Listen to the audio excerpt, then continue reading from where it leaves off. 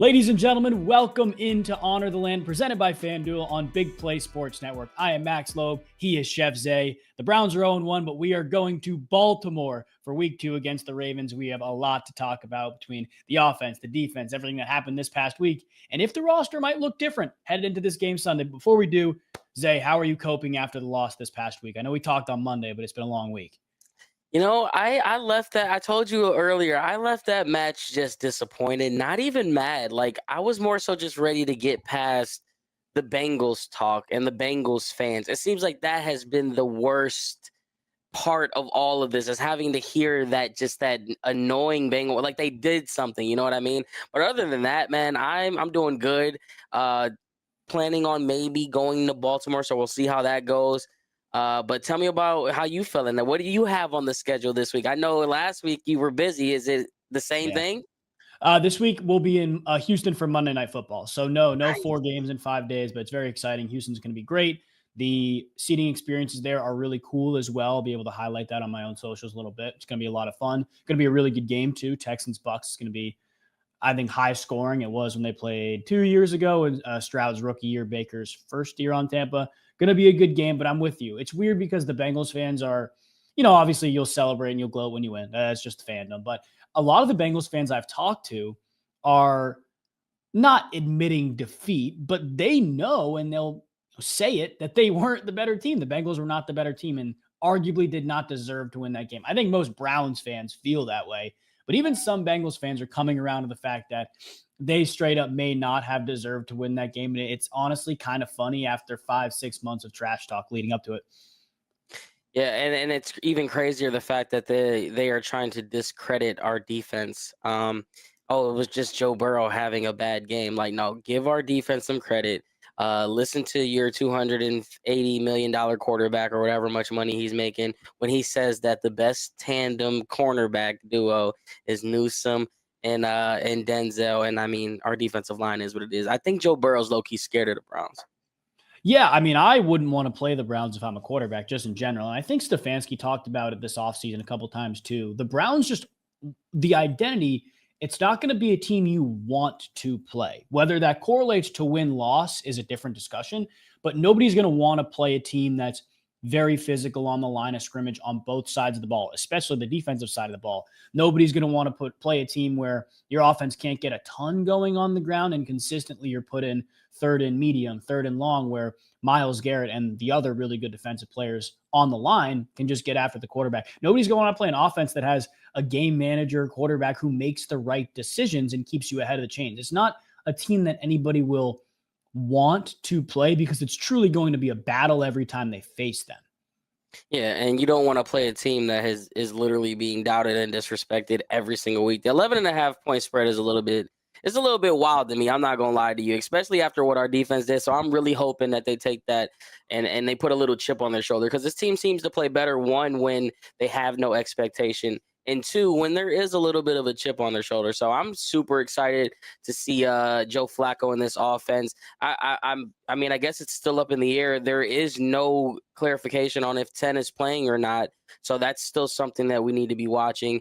And ultimately, I'm praying that Joe Flacco taps into the time machine and just shows them one last time what they're missing out on, or what they once had that we now have. So that's what I'm looking forward to. Absolutely. Absolutely. And I think it's interesting. Flacco going back to Baltimore, the vet that he is, very much has downplayed this whole thing in his pressers, talking to the media, just leading up to this, the anniversary celebration, his first game back in Baltimore after a departure that from the public eye seemed, I don't want to say ugly, but it definitely wasn't a pretty and clean departure from Baltimore. But like you said, there's a couple pieces of uncertainty walking into this game where if the Browns roster, it walks into week 2 the same way it walked into week 1, you'd still feel moderately confident. But on both sides of the ball, not just Quinshon Judkins, Mike Hall has a real chance to play. On Wednesday, he was a limited participant in practice. When you talk about adding him to a defensive line with Mason Graham, Malik Collins, against a team that has their identity founded on running the football, they can beat you through the air. I talked about it on Monday, but has their identity founded in running the football, that is going to be an enormous addition if the Browns can get Mike Hall back. Yeah, especially after seeing Derrick Henry go for 18 carries and a buck 69 and 2 touchdowns, looking like the best running back in the league. You're going to need everything. I mean, it was exciting to see the adjustments that they also made last week in the first half, because Chase Brown came out in that first little drive and he was just carving up our defense on the run game. It was nothing particular that Joe Burrow was doing. It was all Chase Brown. So Derrick Henry tends to have slower games versus the Browns. We're not going to sit here and say they completely shut him down, but if you look back at history, they tend to be able to find ways to contain Derrick Henry. But the one thing that I'm super worried about with this Ravens team, and especially Lamar Jackson, when they lose games the way that they did, the game after is usually like the next game that they play is usually not, a team that you want to play against. So that's probably why the 11.5-point spread is the way that it is. But I'm hoping that the Browns can, spoil and let them demolish the next team that they play. Yeah, and I think it's funny because everyone and their everyone and their mother would look at this double-digit point spread, the Ravens walking in after a heartbreak to a really good team, a potential AFC championship matchup between them and the Bills, and say this is a get-right game. But if it was outside the division, this is a divisional game, and AFC North football is different, but just divisional games in general, very unpredictable. You see these teams twice. You never know what you're going to get. It seems like on the surface it's a get-right game, but I think it's more of a trap game in the sense that Baltimore walks in, and I think the Ravens, respect the Browns very, very much. The Browns beat them last year, but I think they walk into this game understanding that the Browns are not the Bills. They'll present different challenges, but holistically, talently, the Bills are better than the Browns, and they could see this game as more of a get-right game where the Browns on the other side, literally you're playing with house money. There's nothing to lose, and I think they view this game as a little bit of a trap for Baltimore, to be honest. I think I've seen something that the last few seasons or something like that, they've split these games. So it's not like it's been a lopsided affair between one team or the other. These teams are always finding ways to pull out a win, whether it be at home or away or however it was, whether it was Jim Donovan having them drop their passes or Deshaun Watson coming back down 14. Like you said, this is definitely it has trap written all over it because no one is giving the Browns a shot in hell. They're 80%, like 80 to 20% difference on matchup the predictor on ESPN that they have there. So it's like, if I'm the Browns, I already know what time it is. That's when we look at this betting stuff, when we go on the FanDuel segment, 11.5, I'm taking the spread there. I agree. I'm with you, and I'm probably going to ride you on that. But we're going to talk a little bit more about that stuff in a couple segments. Right now, we're going to move to the offense breakdown for the Cleveland Browns against the Baltimore Ravens. Up next on Honor the Land on Big Play Sports Network.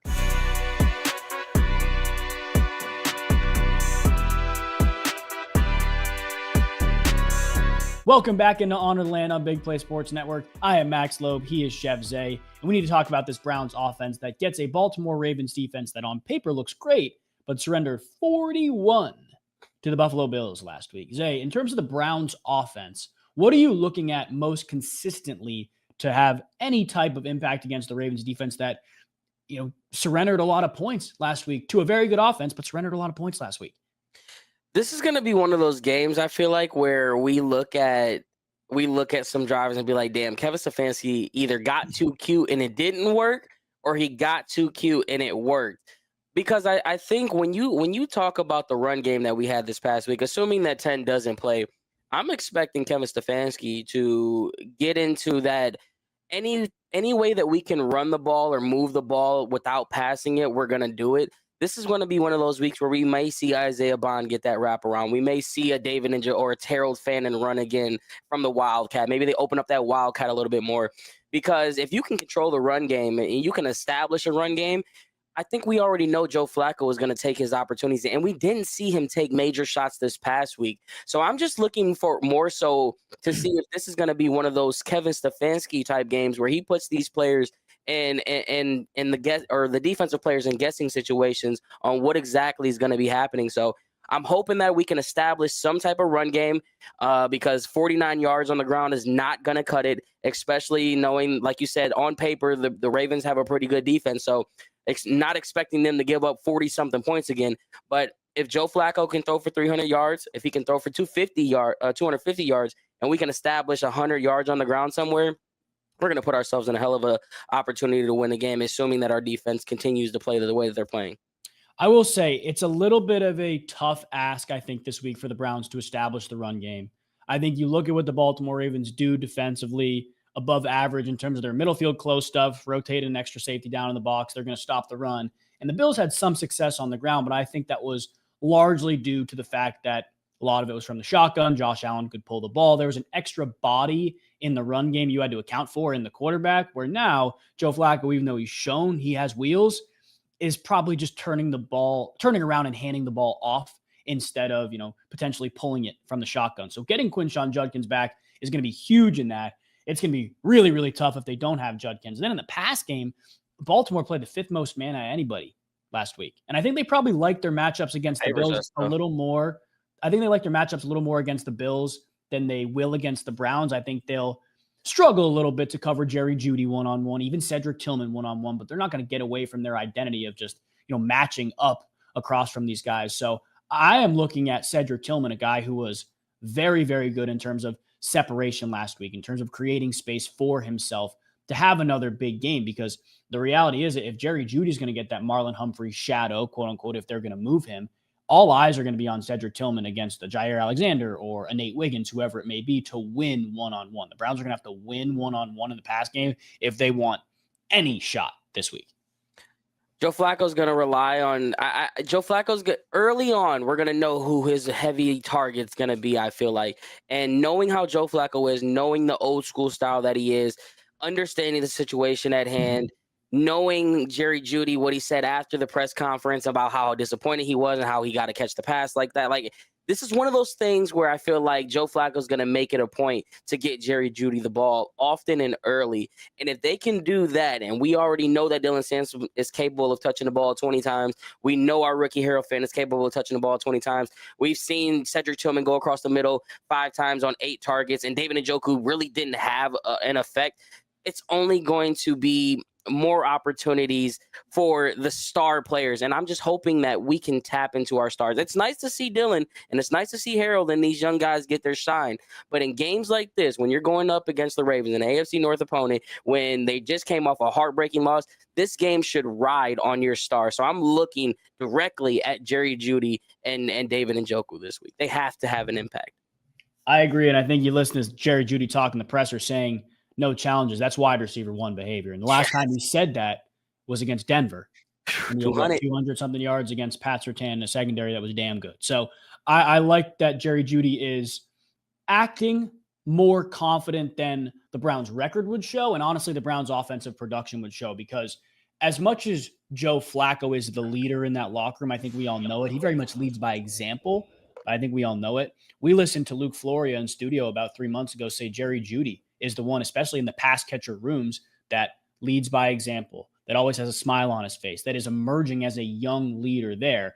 Imagine seeing your young leader in the presser confidently walk up there, no shirt, and say, yeah, there's no challenges in these secondaries. Last time he did that, his teammates know he backed it up. Can he back it up again? We wait to see. But Jerry Jeudy is another guy that has to win one-on-one. And I think you look at last week against the Bengals team that honestly did roll out in a lot of man, but didn't give a ton of opportunities to Jerry Jeudy on the outside, to even David Njoku on the inside. I think Flacco was very clearly looking at Tillman. We saw it in training camp. Tillman was Flacco's guy, but he was very clearly looking at Tillman because he was winning. That's what I think is the reality. Wherever Flacco feels his best matchup is, that's where he's going to go. And I think that's what a veteran does. So as much as I want Jerry Jeudy and think Jerry Jeudy needs to have this enormous statement performance, if Flacco doesn't love the matchup, he's not looking there, which is going to be very interesting to see if he does, where he looks, because, Harold Fannin Jr., a lot of his receptions were checkdowns that he broke off after. Or are you going to look to fan him one-on-one? I don't know. We wait to see. I know there's some plays that they want to get back. I know we mentioned it on the last show. The David Njoku missed a touchdown on our side of the field, which I'm sure we're not going to miss again. And having a vet, it's just such a luxury to have a vet at the quarterback position, which is why we kind of harped on it all throughout offseason, how Kenny Pickett would work. Sure, he was a vet, but in terms of the playing, nowhere near compares to how much football that Joe Flacco has seen. So I'm excited for the matchup. Like I said, I left week 1 encouraged about what I saw, especially knowing that they really didn't open up this offense. It was pretty vanilla, however you want to say it. I don't know how much they're going to open it up. That's I the don't think thing. they'll open it up, but it's nice to know that they didn't throw everything out in the kitchen sink week 1. It was like, damn, this is basic what we're watching. They didn't do anything over the top. Yeah, that is fair. I do agree. I think the usage of Isaiah Bond was cool. I think he was out there more than we expected him to be. Whether it's buying eyes or actually touching the football, that's another story. But another aspect of this, it's more special teams, but it relates to offense, is Andre Smith. Obviously, he's still the starting kicker for the Cleveland Browns. I mean, I think a lot of people are going to make the comparison to what the Niners just did with Jake Moody. That has been a long time coming. Honestly, that move more comparable to the Dustin Hopkins cut. So I don't think a comparison between cutting Moody and wanting to cut Smith is fair at all. But Smith is the kicker. And now you look in a divisional game that has been decided by some clutch kicks in the past. You got to make kicks. Like, that's the reality. I don't think the Browns will be more inclined to keep him off the field. Like, Stefanski's not going to randomly go for a 4th and 7 now because he has less trust in his kicker. But Smith is going to have opportunities, and he has to make the most of them. I made the video yesterday where over the past in all of Andrew Berry and Kevin Stefanski regime, we are ranked 32nd in extra points. We are ranked 32nd in kicks under 49 yards, and we're ranked 31st in 49 kicks or 49 plus. So we have been abysmal in the kicking game, which I posed the question, like, when does it come to a point when the analytics comes into play? Because wouldn't it just be smarter at this point to start going for 2? I remember I can't remember, it was a few years back where the Steelers were like, you know what, until we get a kicker, we're just going to go ahead and go for 2 points all the time. And ultimately, I think it evened itself out. But when do you get to that point where, where you're like, you know what? I'm Kevin Stefanski. This is my offense. I've got a player or two that can get us a 2 yard. So why not just go for 2? What do you think is the ultimate breaking point? Will we ever see that happen, or is that just something that probably we'll never see because that's not like Kevin Stefanski? I don't think well, I'll say this. At some point, the players on the field have to make the plays. Like, Kevin Stefanski can't go out there and kick a 36-yard field goal. At some point, the players have to. Might have to. At some point, the players on the field have to make the plays. It's not a fault of the coaching staff or the front office right now, obviously, to put a kicker who's been good in the preseason, who, at least from the outside looking in, showed no signs of the yips or rushing approach in the preseason or camp, and just watch him miss a 36-yard field. Like, that only, truthfully, it only falls on one person. And obviously it's the operation, it's the hold, it's the snap, all this stuff. But, like, we know whose fault that was. In terms of, will Stefanski be willing to compromise? I don't know. And I don't know if that's him being, stubborn or stuck in his identity. I don't know if it's truly like the best interest for the team at that current moment. But I find it hard to believe that Stefanski, especially this week and the weeks leading up to, let's just call it the bye week, that he'll compromise any type of kicking plan or strategy they have around certain down and distance to go for it because of the kicker. I think it's early. He's played in one NFL game before, and they're going to let him kind of ride it out. Now, if he misses a clutch kick this weekend, again, knock on wood, that doesn't happen. Maybe it's a different conversation about this guy had 2 opportunities to win 2 games and he lost both of them. But I find it hard to believe Stefanski is going to compromise the identity of the offense based on a game right now. It'll probably have to be a stretch.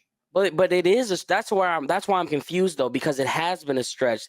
I gave you that stat. It's like, when do they take the analytics? When do they take the numbers and the data that they have and say, okay, we've lost this amount of games because of kicking. We're, like I told you, we're 32nd in this category and this category. We are literally the worst in the league since we've been here. When do the numbers become a point where it's like, it's inevitable at this point? There's something wrong. And like you, and I agree with you 1000%. It comes down to the player when it's all said and done. You're a kicker, you have one job. But we know that this regime has built the team that they have, a lot of it based off of analytics. And if the numbers are telling you that you are the worst and you have been the worst over the past 5-6 years, when does it come a point that the numbers are, you can't ignore it and you do have to change something different? And if you do claim yourself to be this offensive mind and this offensive genius and you have so much confidence in it, wouldn't it just be smarter to go ahead and take the 2 opportunity, knowing that, hey, the numbers tell us chances are we're probably going to miss this kick. So that's where I'm just confused at, where it's like we're an analytic team and the numbers are telling us how bad it is, but we're just going to ignore it because he's new like that. But it's been a 5-year process. That's the only thing I'm worried about. Well, the numbers, was it total extra points and then total field goals under 49 and total field goals over 49? Is that what it So was? we were there. I think there were 3. Matter of fact, I have it right here. Let me see if I Yeah, can pull it up real quick. I want to know if it's like total or percentage, because I think that's two different conversations. Mikey McNuggets says, since Kevin Stefanski and Andrew Berry took over in 2020, the Browns have had the worst kicking situation in the NFL. Extra point is 32nd. Field goal attempts under 40 is 32nd. Okay, Field goals 40 to 49th is 31st. And then field goals 50 plus is 10th. They're 78% from extra point, 88% under 40, 69% from 40 to 49, and 71% from 50 plus. I would be fascinated to know how those percentages compare against the rest of the NFL.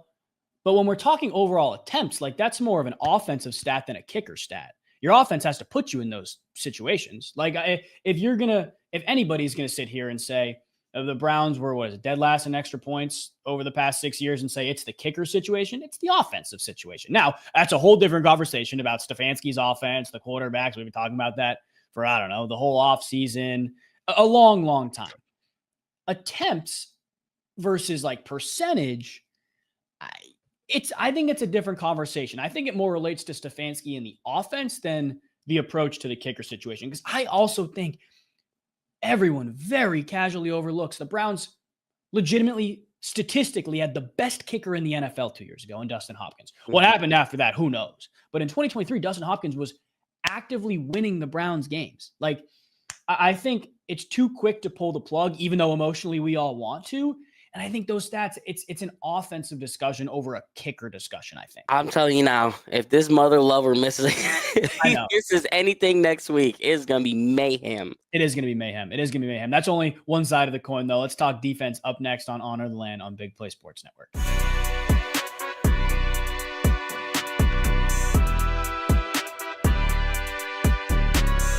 Welcome back into Honor Land on the Big Play Sports Network. I am Max Loeb. He is Chef Zay.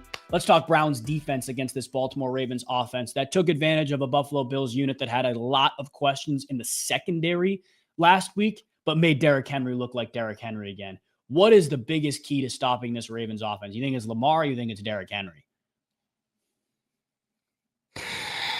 It's pick your poison. I mean, Zay Flowers had career high too. Like, it really is pick your poison, but we all know this thing starts and goes with Lamar.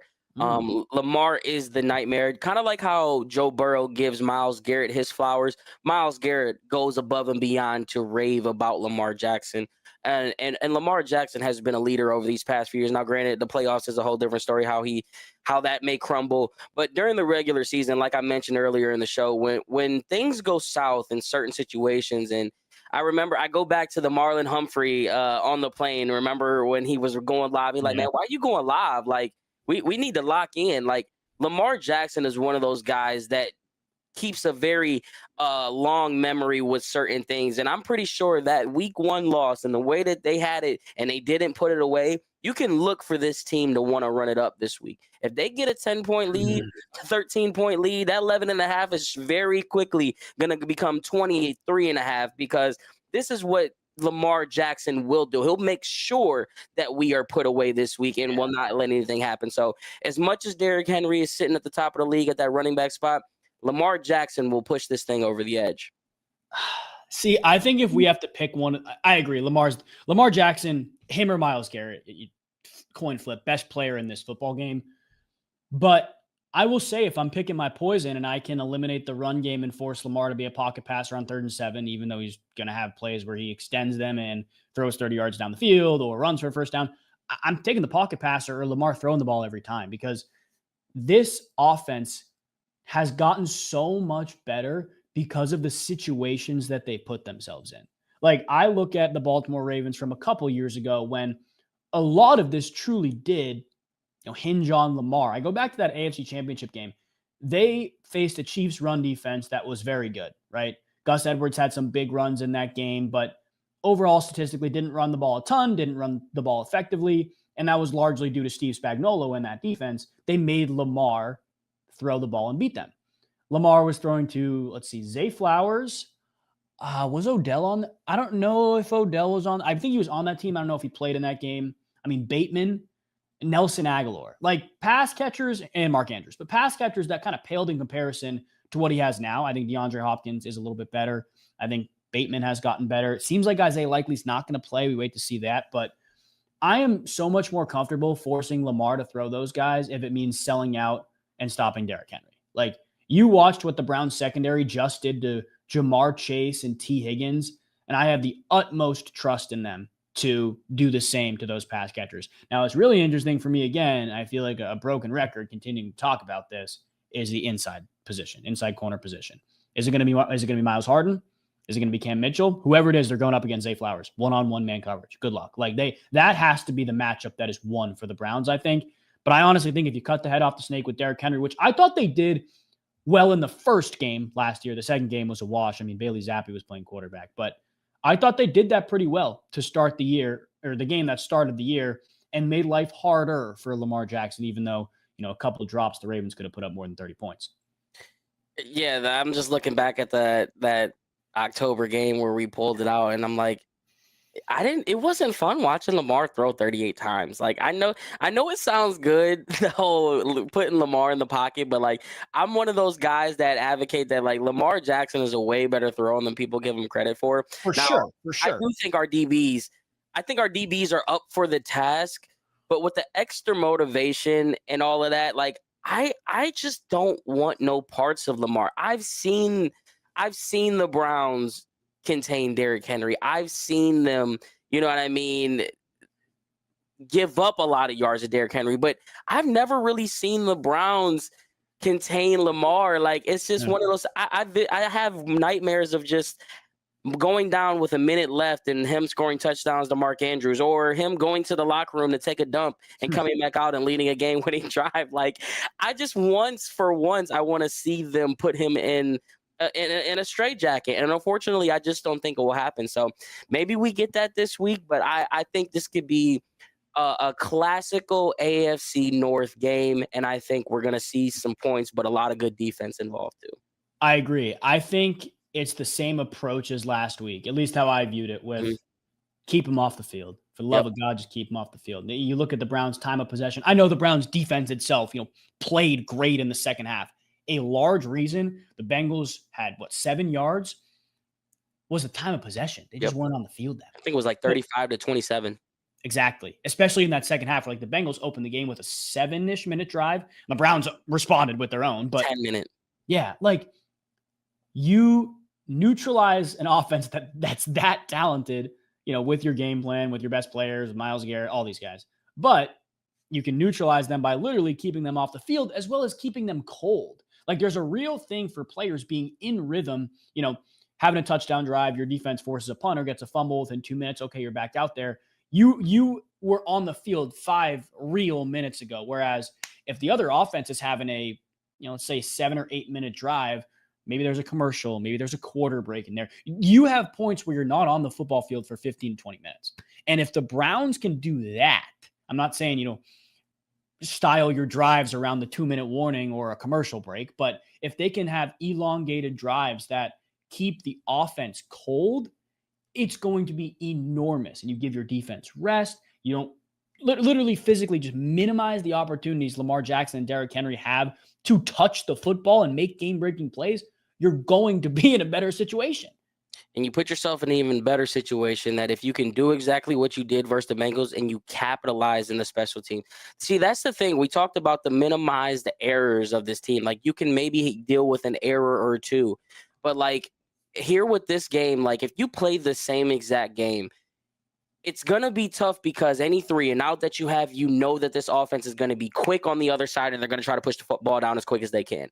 If you miss an extra point, they're going to score off of that. If you miss a 3-point within 40 yards, they're going to make you pay for that. So this is one of those games where if you're going to get an error, get that error out in the early of the game, because come third and fourth quarter, you are not going to have any margin for error, especially if you're playing behind for the exact reason that you said. You want to keep Lamar Jackson and him off the field. If Kevin Stefanski's orchestrating 7 to 10 minute yard drives and we only come out with 3 points, I'm sorry, it's cute and it looks good and you kept them off the field. But then if Lamar Jackson comes out on the field and goes 70 yards in 2 minutes and 30 seconds, what was the benefit of that? So you're going to have to score 7. Obviously, you're going to want to take all your points, but you cannot not let points up on the board, a la the 4 points that was left last week. Yeah, and I mean, it's the reality. The Browns could be ahead of the Ravens in the AFC North standings right now if they, made a 36-yard field goal. Let's stop talking about that. It's going to make both of us upset if we keep doing that. We're going to take a break here, talk a little bit more about matchups as well as the betting lines for this game up next on Honor the Land on Big Play Sports Network.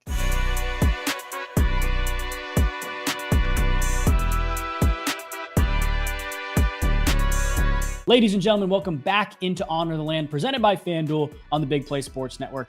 I am Max Loeb, he is Chef Zay, and FanDuel is getting you ready for the NFL season with an offer you won't want to miss. New customers can bet just $5 and get $300 in bonus bets if you win. That's right, pick a bet $5, and if it wins, you'll unlock $300 in bonus bets to use all across the app. You can build parlays, bet player props, ride the live lines, whatever your style, FanDuel has you covered. The NFL season is almost here. The only question is, are you ready to play? Visit FanDuel.com/bigplay to download the FanDuel app today and get started. Ohio 21 plus and present in Ohio. First online real money wager, only $5 first deposit required. Bonus issued as non-withdrawable bonus bets, which expire 7 days after receipt. Restrictions apply. See terms at sportsbook.fanduel.com. Gambling problem? Call 1-800-GAMBLER. We are back with our second Honor the Lay. Last week, it did not hit. We were all over the place with it, unfortunately. But we're back on the road against the Baltimore Ravens. I'm going to finish with my leg. I'm going to take us home with my final one. Zay, I'll let you go first. Pat, you can go second. I'll bring you on here. Zay, what do you want? I have a funny feeling I know where your mind is at for your leg, but I'm curious.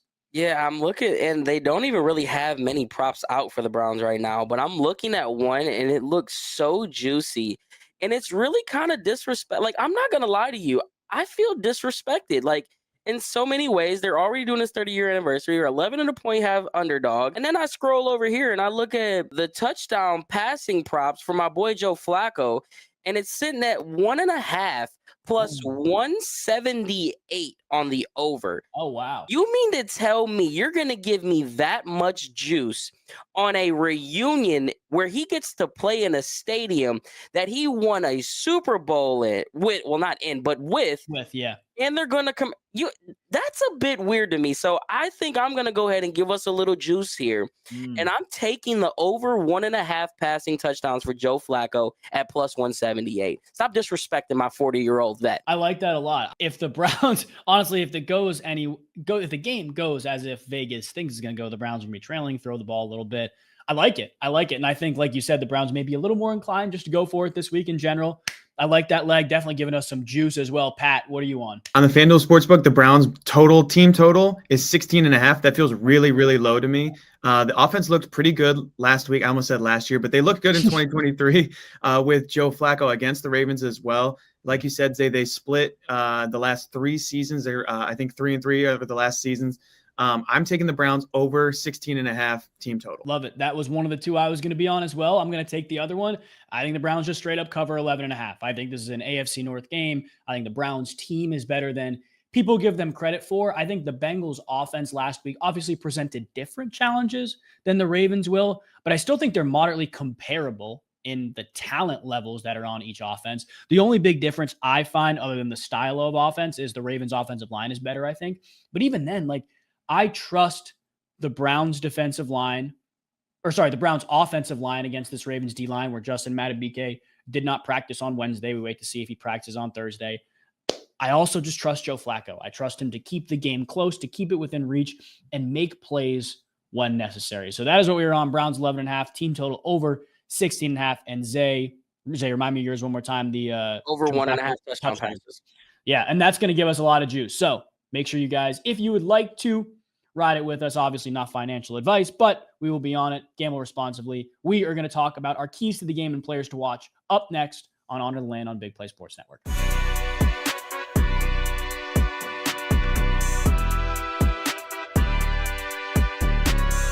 Welcome back into Honor Land on the Big Play Sports Network. I am Max Loeb. He is Chef Zay. We are going to give our players to watch in this game. Zay, I'm going to let you go first. We'll do what we did last week. You can pick any player, either side of the ball. You pick yours. I'm going to give my 2, offense and defense, and you give your final one. We'll do a little snake draft. I'm going to be watching a guy who gets up for this match, who loves this match, who talks about this match every chance that he gets. I believe he said there's just something different when waking up and it's Ravens football. You think back a couple years to the scare that he had where he quite literally could have lost his vision to the fire. It's something different when David Njoku straps up against the Baltimore Ravens. Receptions, yards, touchdown, the extra physicality, knowing that he only had 3 catches this past week. This is a game where David Njoku is going to make an impact. You're going to feel his presence, and you're going to see one of those things where he's just plowing forward for an extra 5-7 yards, and then he'll get up and that energy. I'm ready to, if Bob was here, I probably would have got up and smacked him right now because I can just envision 85 going crazy. So my guy on offense that I'm watching is David Njoku. Give me at least 1 touchdown and 1 Chiefs slam. I like that. Pat just said plus 310 anytime touchdown, which honestly is kind of crazy. Like, again, I think this is a Ravens defense that, is not as good as or didn't play as well as paper would suggest against Buffalo. Obviously, different offense, different challenges, probably better than the Browns, but I like that. On the offensive side of the ball, I'm going to go another pass catcher, Cedric Tillman, who had a greater than 50% win rate one-on-one against man coverage. Like, that's almost unheard of. He was getting separation. He was getting open, and that was the reason Flacco continued to look his ways. Now, obviously, he's going to remember the drops, the tipped pass for a pick, but you can also look back on, I believe, 5 catches, 52 yards, the touchdown, and making a big difference in the game. Like, the Browns aren't in that game without any of those pass catchers. But Cedric Tillman, this week, he gets a matchup that's going to play even more into what he excelled in last week. I love Cedric Tillman against this Baltimore Ravens defense.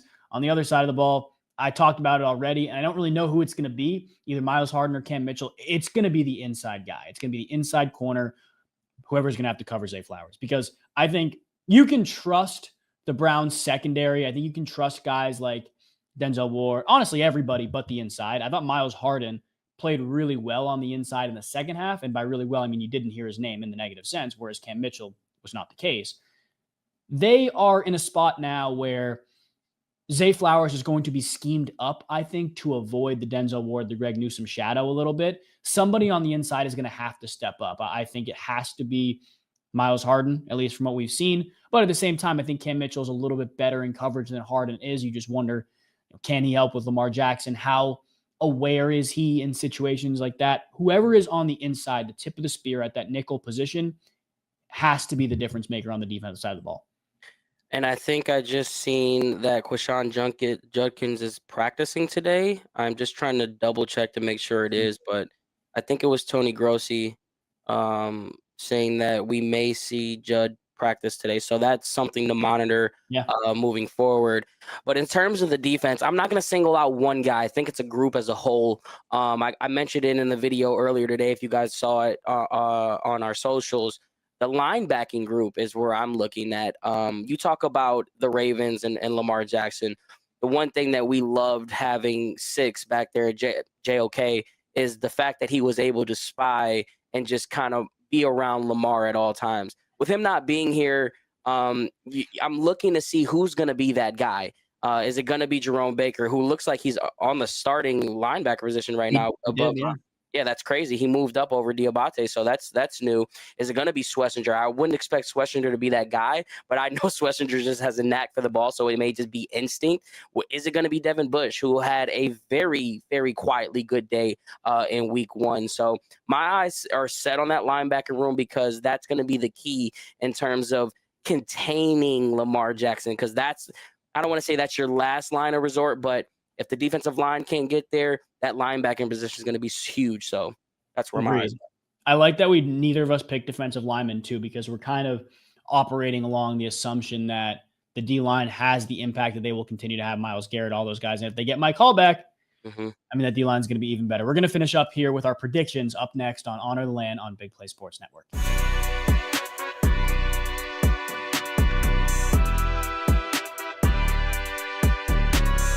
Welcome back into Honor Land on the Big Play Sports Network. I am Max Loeb. He is Chef Zay. we are going to give our final predictions for this game. Obviously, we both picked the Browns to win last week. Neither of us were correct. However, we did see the game very well. We thought it was going to be close, decided in dramatic fashion. And honestly, it was, just not for the Browns' best sake. Zay, I don't want to put you on the spot with a score prediction just yet, but how do the Browns keep this game close? Do they keep this game close? What's your prediction for Sunday at 1 o'clock? The Browns are going to have to not fall into the Ravens trap. They're not going to, they have to remain in their type of game style that they want to operate. The Ravens are going to make that difficult because they're going to play fast. They're going to play high tempo. They're going to want to push the ball downfield. They're going to want to make athletic plays with their playmakers, obviously. And if the Browns can just stick to what they do best, which right now we don't know what that is. So obviously I'm kind of just talking to talk here on that part. But I think if they can control the game, kind of mimic what they did this past week and limit their mistakes in terms of missing field goals, back-to-back drop passes on our side of the field when it's within 5 yards. You can't have that type of stuff going up against the Ravens. But with the added motivation of the point spread, the added motivation of the 30-plus year anniversary, and all of the things surrounding it, the sour taste of how you lost week one when you know you played good enough to win that game, there's a lot riding on what the Browns are. And I think the new energy of Myles Garrett, you see the confidence spewing from Denzel Ward. You see it from Jerry Jeudy. Joe Flacco is it every single day. The aura of this team, the moxie that they're starting to carry is very, very different than it was this past the past year that we saw. So I'm looking for I'm expecting us to not only cover, but I think we have a very, very good shot to win this game if we can come out and somehow get a lead early. If you can get us a lead early, that goes right into what I said. We're playing the style of game that you want. So give me the Browns. And I called the Isaiah McGuire sack last week on Thursday Sports. Shout out to you. Shout out to the Thursday Sports boys. I'm going to go Carson Schlesinger is going to have a forced fumble this week. Ooh, that's my big prediction. That'd be beautiful if you force it on Derrick Henry. I'm with you in the sense that the Browns can keep this game close. I think in order to win this game, honestly, they have to establish the ground game, and that does not come without Quinshon Judkins. So that's a big part of this, in my opinion. Even if he plays, also how much he plays. Mike Hall coming back will help. I also think it's a one-possession game, but truthfully, I can't sit here and confidently say that I trust the Browns enough on both sides of the ball to win the game. That's the reality of it. I hate to be the dissenting opinion and all this stuff, but I do think the Ravens win this game, unfortunately. I'll go 26-23. My bold prediction for the game, honestly, I think all eyes are going to be on Jerry Jeudy. I think Cedric Tillman could have 100 yards. I think if there's going to be a big 100-yard receiving game, I think it could be Cedric Tillman, just based off what we saw last week and how much Flacco likes to look his way. 100-yard receiver game this year? Oh, yeah, why not? Isn't it exciting to see our playmakers be playmakers, though? Like, think about past years where the screens didn't work. The little 3-yard hitches weren't working. Those are turning into chunk plays. And that's something that I feel like we haven't saw, or we're just so accustomed to being like, oh my gosh, it's 3rd and 10. Yeah. Here comes a check. Oh, wait, it's turning. Like, we're not used to that. So I'm excited for our playmakers. They're definitely playing with a different type of energy. 100%. And I cannot wait to see it in another divisional game. I think as much as we're looking at the Ravens having a sour taste in their mouth for a 1-point loss, the Browns are in the same boat in a game where they also feel like they should have won. So it's going to be a dogfight. I think a classic AFC North matchup. I still think that means a lot of points, but a classic AFC North matchup. Whoever wins the turnover battle is probably going to win the game. But those are our predictions, guys. Browns-Ravens, 1 p.m. Make sure you're locked in on the socials as well, at Honored Land across all platforms. We will see you after the game, hopefully when the Browns are 1-1 and the Baltimore Ravens are 0-2. Zay, any final words before we sign off? I may be in Baltimore. I'm not 100% sure. So if there are any Baltimore fans out there, or if there's anyone going to Baltimore, keep me in your thoughts so we can figure out if there's going to be a tailgate that we go to or however we're going to do it. Because I'm only going to be there for the content, not going for the game. But you already know. Here we go, Brownies. Here we go. We appreciate you guys watching and listening. We will see you next time on Honored Land on Big Play Sports Network.